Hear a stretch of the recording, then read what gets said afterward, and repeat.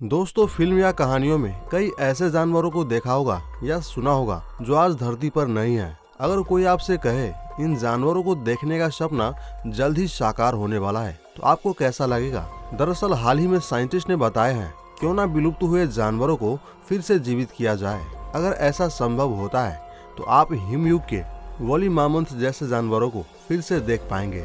Hello दोस्तों, मैं हूं ध्रुव, आप देख रहे हैं एडवेंचर हिंदी। चलिए शुरू करते हैं। वोली मामंथ एक विशाल आकार के शरीर वाले हाथी से काफी मिलती जुलती है, लेकिन इसका शरीर घने बालों से ढका होता था। ये प्रजाति आज से करीब 20,000 साल पहले पाए जाते थे, लेकिन आइस एज आने पर यह प्रजाति विलुप्त हो गई। कुछ जानकारों का यह कहना है कि यह शिकार होने की वजह से विलुप्त हो गया। वोली मामंथ साइबेरिया में पाए जाते थे। लंबे समय से ठंडी बर्फ के नीचे दबे रहने से इनके शरीर सुरक्षित बचे हैं। इनके कंकाल की मदद से दोबारा डीएनए तैयार किया जा रही है। बाद में सैंपल्स को तैयार करके अफ्रीकन हाथी पर अप्लाई किया जाएगा। Sabre toothed cat. दोस्तों, इस जानवर को कई सारे मूवी में देखा ही होगा। दरअसल सैबर टूटेड कैट बिल्ली की एक प्रजाति है, पर ये एक शेर जितने बड़े होते हैं। इनका जबड़ा काफी मजबूत होता है और दांत भी काफी लंबी और खूंखार होते हैं। दोस्तों, कुछ लोगों का कहना है कि क्लाइमेट चेंज होने की वजह से और भूखमरी की वजह से जानवर लगभग 10,000 साल पहले हमारी धरती से विलुप्त हो गए थे, पर इनका विलुप्त होने की सही वजह किसी को नहीं पता। दोस्तों, सैबर टूटेड कैट और वोली मामंथ लगभग एक ही समय में धरती से विलुप्त हुए थे। इसीलिए वैज्ञानिक वोली मामंथ की तरह इस जानवर की प्रजाति को भी संरक्षित डीएनए की मदद से दोबारा जिंदा करने की तैयारी में है। द डोडो। दोस्तों, डोडो एक ऐसा प्राणी था जो 30 दशक पहले मॉरिशस में काफी संख्या में पाया जाता था। इसे लुप्त हुए सिर्फ 300 साल ही हुए हैं। यह ज्यादातर हिंद महासागर के मॉरिशस द्वीप पर ही पाया जाता था। डोडो बर्ड मुर्गी से बड़े आकार का भारी भरकम पंछी था। इस पंछी की टांगे और पंख बेहद छोटे होते थे, जिसके कारण ये पंछी उड़ नहीं पाता था और न ही ठीक से चल पाता था। यह प्रजाति उस द्वीप में अच्छे से बढ़ रहे थे जब तक कि वहाँ इंसान नहीं पहुँचे थे।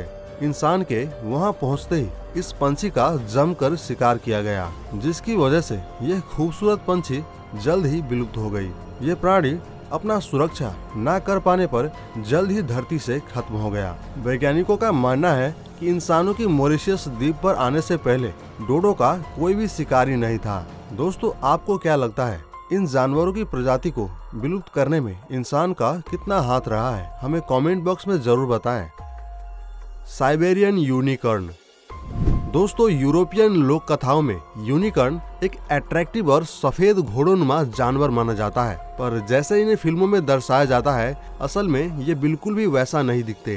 दोस्तों, यूनिकॉर्न कुछ 40,000 साल पहले तक धरती पर पाए जाते थे, जो थोड़े थोड़े गैंडे जैसे दिखते थे।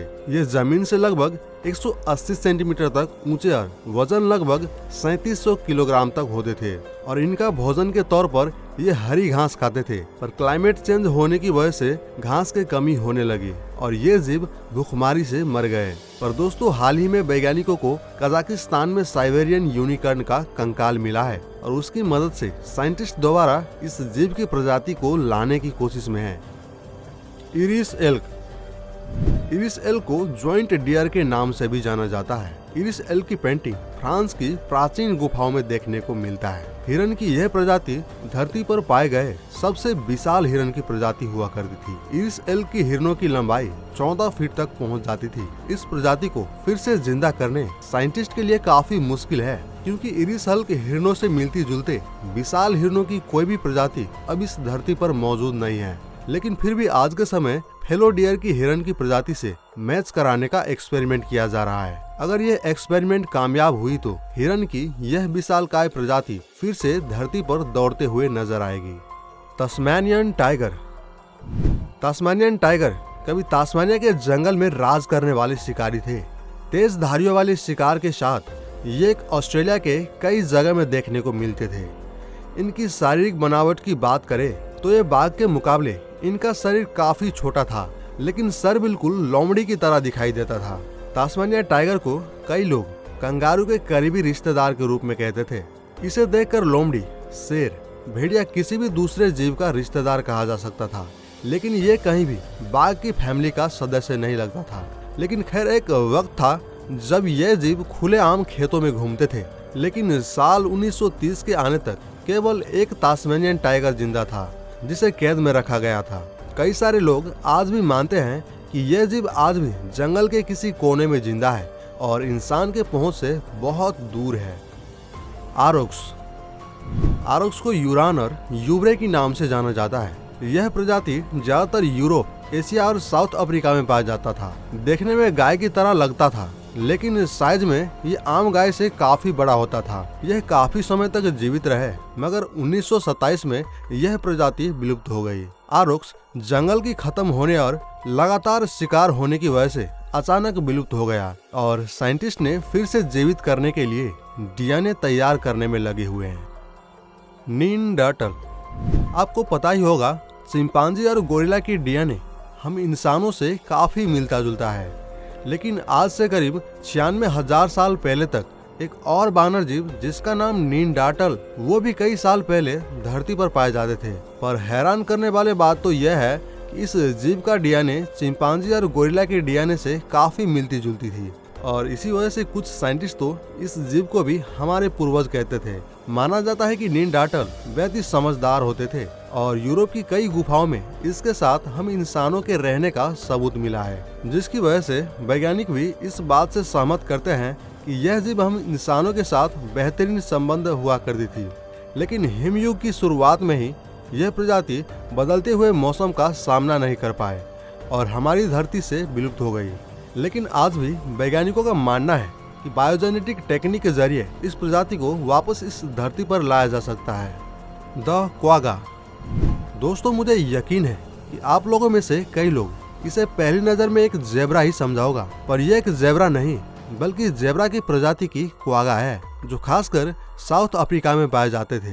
दोस्तों आखिरी क्वागा जिसका इंसानों ने शिकार किया वो 1870 में मारा गया था और जो आखिरी क्वागा चिड़ियाघर में मरा था वो 1833 में एम्स्टर्ड जू में मरा था। पर उस वक्त किसी को नहीं पता था कि यह अपने प्रजाति का आखिरी क्वागा था। दोस्तों जब वैज्ञानिकों को पता चला कि अब क्वागा की प्रजाति विलुप्त हो चुकी है तो उन्होंने अपना दिमाग दौड़ाया और क्वागा को फिर से लाने की कोशिश में लग गए। उन्हें रिसर्च के जरिए पता चला जेब्रा और क्वागा दोनों का डीएनए लगभग एक जैसा ही होता है और इसी जानकारी का इस्तेमाल करके उन्होंने जनवरी 2021 में लैब में एक क्वागा के बच्चे को पैदा करने की कोशिश की, पर वो बच्चा एकदम क्वागा जैसा ही निकला। पर वैज्ञानिक की माने तो अगर वो इसी तरह से कोशिश करते रहे तो शायद एक दिन क्वागा को दोबारा पैदा करने में कामयाबी जरूर हो जाएंगे। तो यह है 10 जानवर जिन्हें साइंटिस्ट फिर से वापस लाना चाहते हैं। तो दोस्तों आप कौन सा जानवर को सबसे पहले इस धरती पर वापस देखना चाहते हैं, हमें कमेंट बॉक्स में जरूर बताएं। वीडियो पसंद आया हो तो लाइक करें, चैनल पर पहली बार आए हो तो सब्सक्राइब करें, साथ में बेल आइकन को दबा दें। मिलते हैं किसी और नेक्स्ट इंटरेस्टिंग वीडियो में।